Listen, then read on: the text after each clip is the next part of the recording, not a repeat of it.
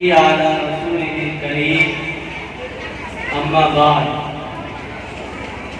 ملے گی منزل مقصود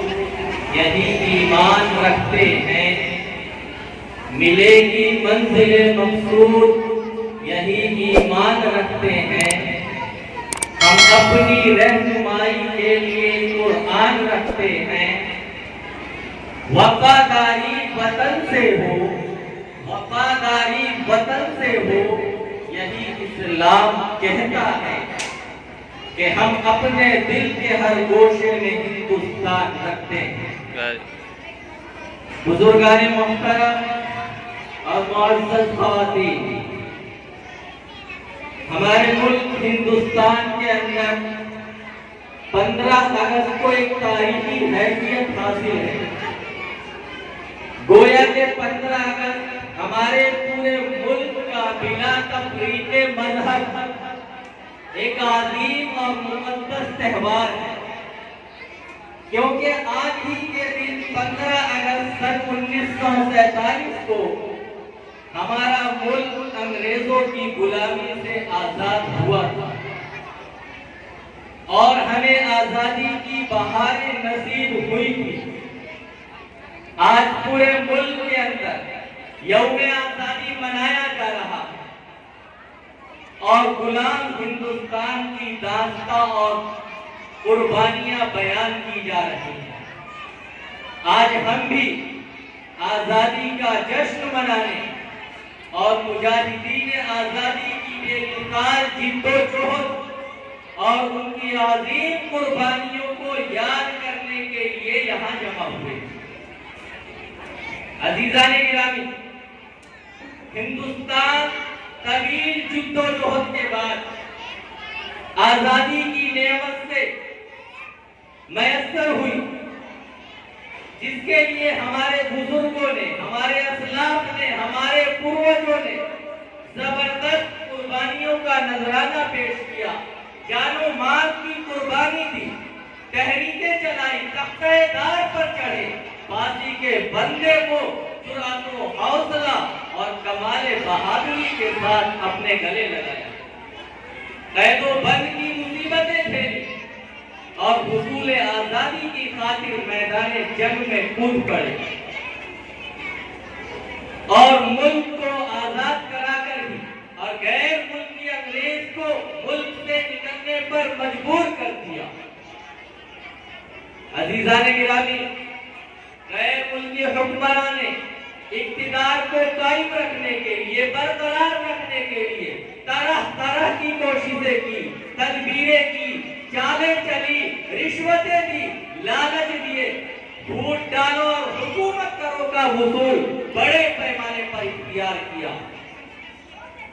ہندوستان کے معصوم باشندوں پر ظلم و ستم کے پہاڑ توڑے، ان پر گولیاں چلائی، چلتی ریلوے سے اٹھا کر باہر پھینک دیا، مگر ان کے ظلم و ستم کو روکنے کے لیے اور قوم غلامی کو گردن سے نکالنے کے لیے مجاہدین آزادی نے ان کا مقابلہ کیا اور ملک کو آزاد کرا کر ہی اطمینان کا سانس لیا۔ ہندوستان کی تحریک آزادی کے اندر مسلمانوں کا حصہ قدرتی طور پر بہت ممتاز اور نمایاں رہا ہے۔ اس کی وجہ یہ تھی کہ انگریز نے اقتدار مسلم حکمرانوں سے ہی چھینا تھا، اس لیے جو درد، جو بے چینی اور جن تکالیف اور مشکلات کا سامنا مسلمانوں کو کرنا پڑا، دوسری قومیں یا دوسرے مذہب سے تعلق رکھنے والے لوگ اس کا تصور بھی نہیں کر سکتے، کیونکہ مسلمانوں کو حاکم سے محکوم بننا پڑا۔ اسی لیے آزادی کی اصل لڑائی بھی مسلمانوں کو ہی لڑنی پڑی۔ عزیزان گرامی، واسکو ڈی گاما کی قیادت میں پرتگال کے ملاحوں نے سب سے پہلے سرزمین ہند کو اپنے ناپاک قدموں سے آلودہ کیا اور صوبہ بنگال کے شہر کلکتہ اور جنوبی ہند کے شہر کالی کٹ کو اپنی تجارتی سرگرمیوں کا مرکز بنایا۔ یہ لوگ ہندوستان تجارت کے مقصد سے آئے تھے، تجارت کے غرض سے آئے تھے، مگر مذہب کی اشاعت میں بھی سرگرم ہو گئے۔ ان کا اس وقت ہندوستان سونے کی چڑیا کہلاتا تھا، اس میں تجارت کے بے شمار مواقع تھے۔ مالی ترقی کے وسیع تر امکانات نے انگلستان کو بھی ادھر متوجہ کیا اور انہوں نے 30,000 پاؤنڈ سے ایسٹ انڈیا کمپنی کی بنیاد رکھی اور پہلی مرتبہ 1601 میں اس تجارتی کمپنی کے جہاز ہندوستان کے ساحلوں پر لنگر انداز ہوئے اور 1601 میں جہانگیر کے عہد حکومت کے اندر یہ ملک تواریخ الملوکی کا شکار ہو گیا اور بہت سے صوبوں نے اپنی خود مختاری کا اعلان کر دیا۔ ایسٹ انڈیا کمپنی جو اب تک صرف ایک تجارتی کمپنی تھی، ملک گیری کی حالت میں مبتلا ہو گئی اور اس نے اپنی سیاسی طاقت و قوت کو بڑھانی شروع کر دی، یہاں تک کہ کلکتے کے اندر اس نے اپنا ایک مضبوط فوجی قلعہ تیار کر لیا۔ عزیزان گرامی، عام طور پر یہ کہا جاتا ہے کہ انگریزوں کے خلاف مسلح جد و جہد کا آغاز سن 1857 سے ہوا۔ یاد رکھیے گا، یہ ایک غلط بات اور جھوٹی بات ہے جو جان بوجھ کر اس سازش کے تحت عام کی گئی تاکہ 1857 سے 100 برس پہلے جس تحریک کا آغاز کیا گیا تھا، جس کے نتیجے میں بنگال کے نواب سراج الدولہ نے 1757 میں اور مجنو شاہ نے 1776 اور 1780 میں اور حیدر علی نے 1767 میں اور ٹیپو سلطان نے 1791 میں اور مولوی شریعت اللہ اور ان کے بیٹے داد میاں نے 1812 میں اور سید احمد شہید رحمت اللہ علیہ نے 1831 کے اندر انگریزوں کے خلاف جو باقاعدہ جنگیں لڑی، وہ سب تاریخ کے غبار میں دب جائے اور اہل وطن یہ نہ جان سکے، انہیں اس بات کا علم نہ ہو کہ مسلمانوں نے اس وطن کی خاطر کتنی قربانیاں دی اور انہیں یہ بات پتہ نہ چلے کہ مسلمانوں کے دلوں میں انگریزوں کے خلاف اسی دن سے نفرت کی چنگاری سلگ رہی تھی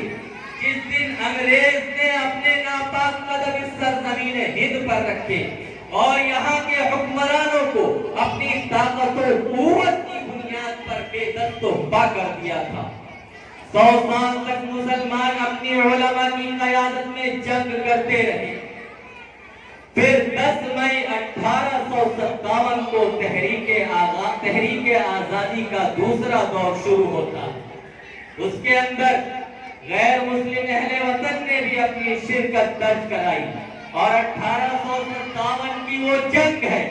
جس کے اندر 2 لاکھ سے زیادہ مسلمانوں کو شہید کیا گیا،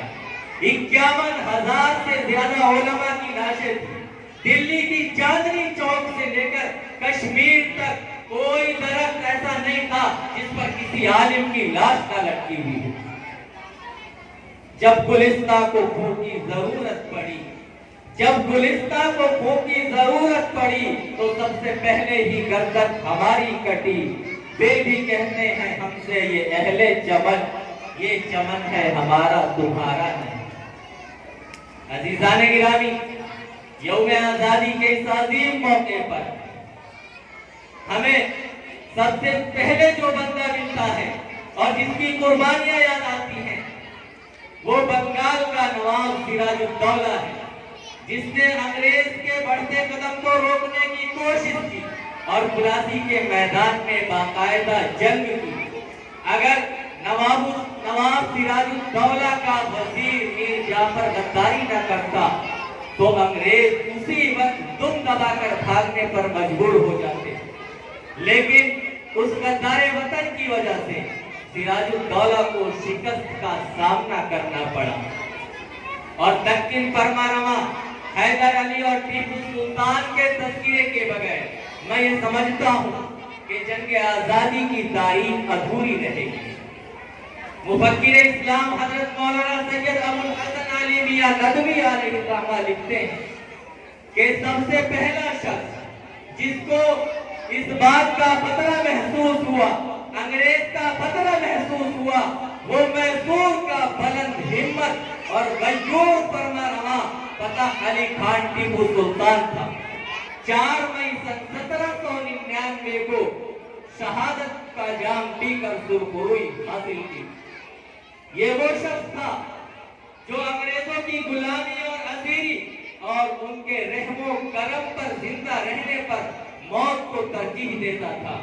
ان کا مشہور تاریخی مقولہ ہے کہ گیدڑ کی 100 سالہ زندگی سے شیر کی 1 دن کی زندگی اچھی ہے۔ جب سلطان کی شہادت کی خبر انگریز افسر کو ملی تو وہ ان کی نعش پر کھڑے ہو کر یہ اعلان کرتا ہے کہ آج سے ہندوستان ہمارا ہے۔ عزیزان گرامی، یوم آزادی کے اس عظیم موقع پر ہمیں اپنے بچوں اور اپنے ماتحتوں کو اپنی تاریخوں سے روشناس کرانا چاہیے۔ یہ بتانا چاہیے کہ ہمارے اس وطن عزیز کے لیے کن کن لوگوں نے قربانیاں دی، اس وطن کو گلدستے کی شکل دینے میں کن کن لوگوں نے اپنی جانیں لگائی۔ پھر چاہے وہ نواب سراج الدولہ یا ٹیپو سلطان یا مہاتما گاندھی ہو یا حضرت شیخ الہند ہو یا مولانا حسین احمد مدنی ہو یا بھگت سنگھ ہو یا شاہ ولی اللہ محدث دہلوی ہو یا چندر شیکھر آزاد ہو یا پھر دیگر شہداء ہو، ہمیں اپنے بچوں کو بتانا چاہیے، کیونکہ دشمن کی ناپاک سازشیں اور فرقہ پرست طاقتیں اس بات کی طرف بہت تیزی سے رواں ہے کہ آپ کی تاریخوں کو مٹا دیا جائے۔ اور یاد رکھیے گا، زندہ قوموں کی علامت ہوا کرتی ہے کہ وہ اپنی تاریخوں سے بے خبر نہیں رہتی، کیونکہ جو قوم اپنی تاریخ کو بھولا بیٹھتی ہے اس سے انقلاب نہیں عذاب آتا ہے۔ جو قوم اپنی اتہاس کو بھولا بیٹھتی ہے وہ ذبح ہستی سے مٹا دی جاتی ہے۔ نہ سنبھلو گے تو مٹ جاؤ گے ہندی مسلمانوں، نہ سنبھلو گے تو مٹ جاؤ گے ہندی مسلمانوں، تمہاری داستان تک نہ رہے گی داستانوں میں وما علینا الا البلاغ۔